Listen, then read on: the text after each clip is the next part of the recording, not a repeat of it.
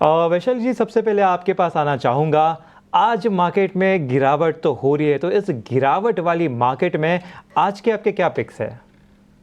कहूंगी एक तो टाइटन में मैं सेल रेकमेंड करूंगी बिकॉज हम देख रहे हैं वीकली सपोर्ट भी 3120 का है। और वो सपोर्ट अगर टूटता है तो ये कंडीशनल सेल है। तो उसके नीचे ये टाइटन 3000 की तरफ जा सकता है।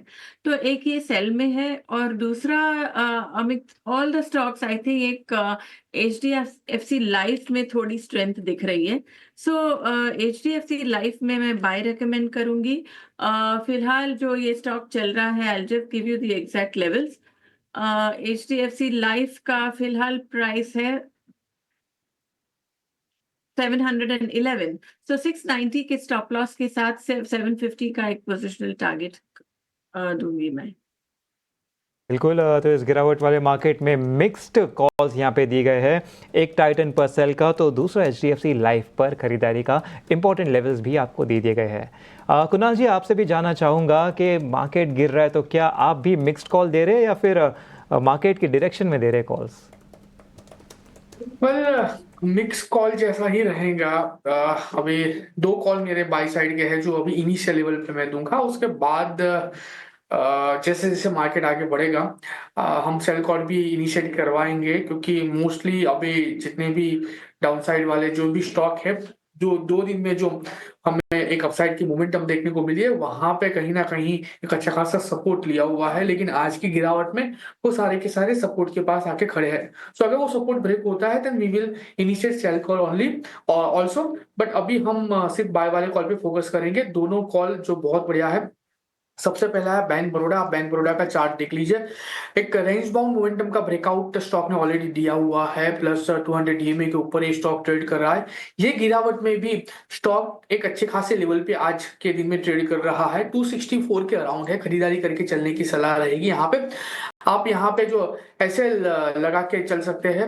अगर मैं एसएल की बात करूँ तो जो सबसे पहला एसएल जो रहेगा वो 254 का रहेगा।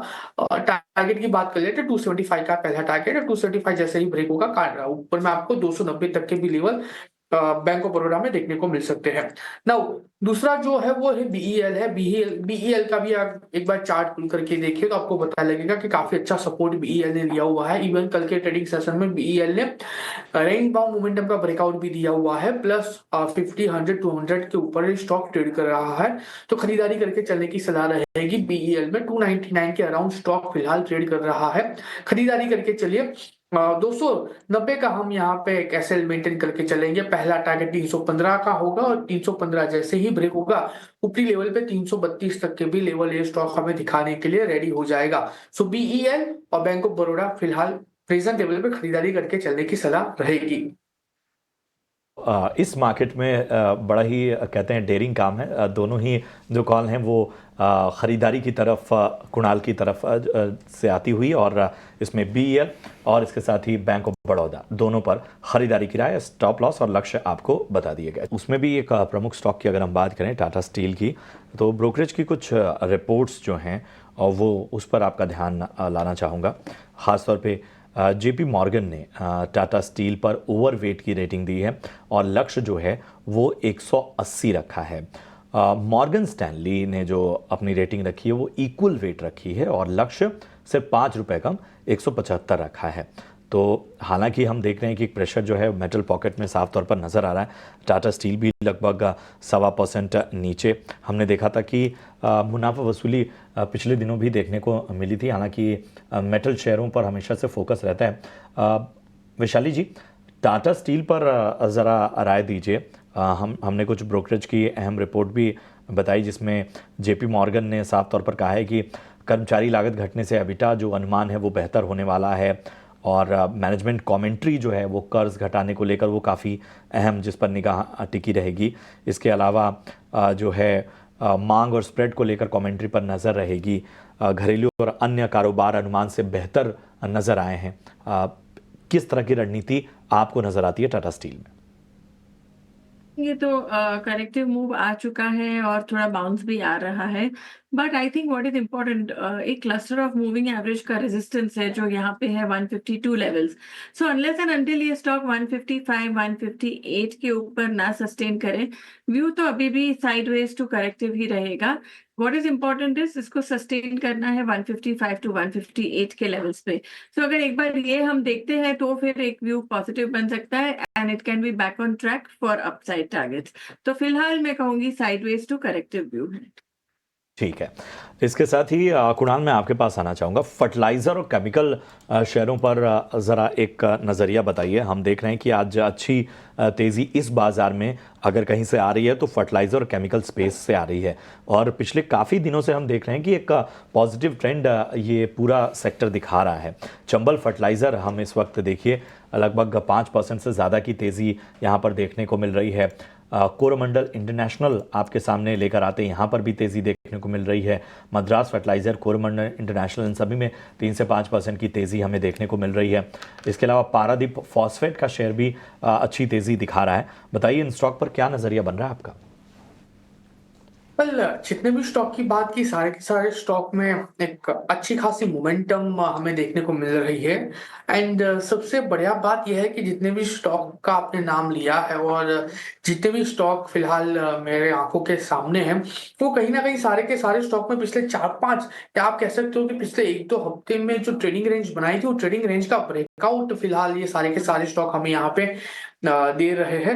तो मोमेंटम फिलहाल अभी सारे के सारे स्टॉक में अच्छी देखने को मिल रही है।